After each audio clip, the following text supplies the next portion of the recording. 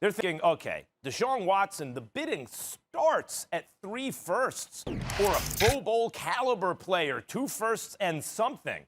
But the league may not be coming to the table with that stuff. Look at that.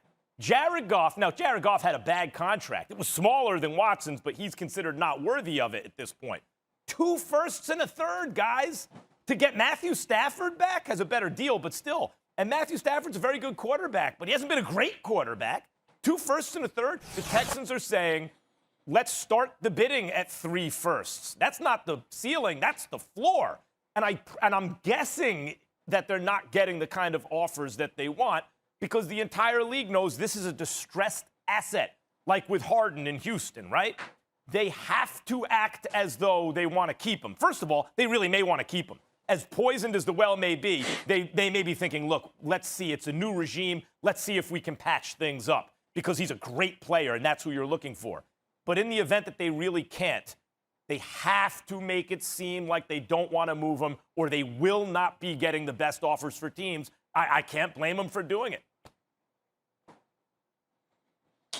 I agree. I understand what you're saying about pushing the value up. The only thing that I don't like, Max, is the newness of this situation and people speaking on that situation with Caserio and obviously the new head coach. And this issue, and I've been screaming at the people that this issue is about Deshaun Watson and Cal McNair and ownership.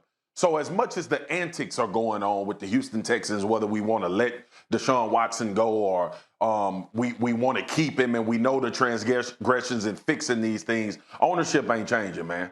And that's the part that I keep trying to scream to everybody. Like, we could talk about all of these little nuanced things.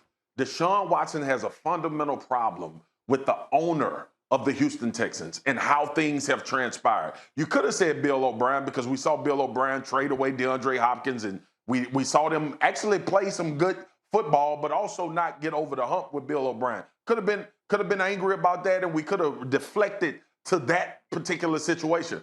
But you removed Bill O'Brien, and you brought in new everything. And now you have these new guys speaking on Deshaun Watson, and we're not interested in trading him and all of that. You're right. They're not interested in trading him. Nobody should be interested in trading a future generational type talent at the quarterback spot. But the fundamental problem is between two structures that are not changing. The ownership of the Houston Texans and Deshaun Watson. So how they're handling it, to me, I have a problem because it's not Cal McNair saying we want to keep Deshaun Watson. It's not Cal McNair out front saying I do not want Deshaun Watson to leave and what we need to do. What do we need to do in order to keep him on this team? Everybody else under him is speaking about this situation. And I get it. Protocols and they in that position to speak. Max, damn all of that. We all know. You know, I know, Molly knows, everybody knows that where the problem lies.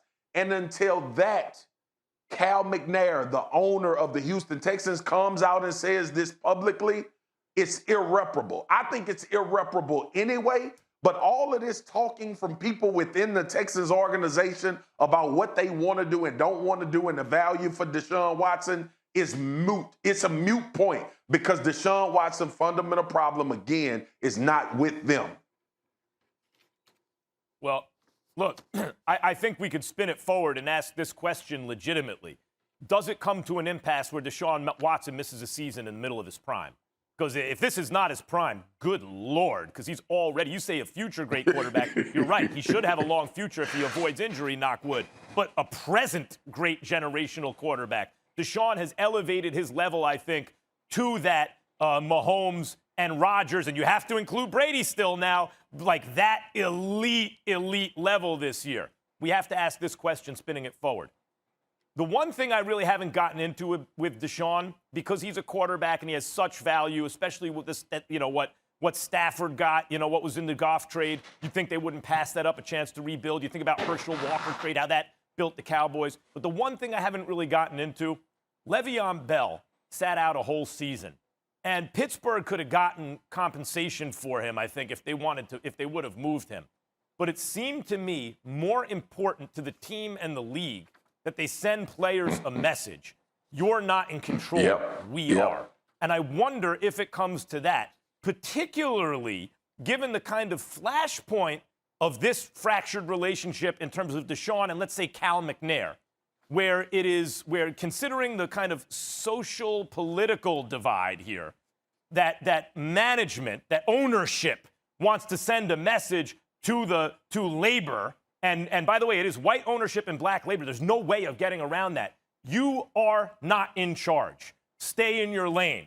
We will cut off our nose to spite our face in this case because it has long-term benefits to the power structure, keeping everybody in check in their place. And if it gets to that point, is Deshaun willing to sit out a season? That's going to be very interesting to see, and hopefully it doesn't come to that. Thanks for watching ESPN on YouTube. For live streaming sports and premium content, subscribe to ESPN+.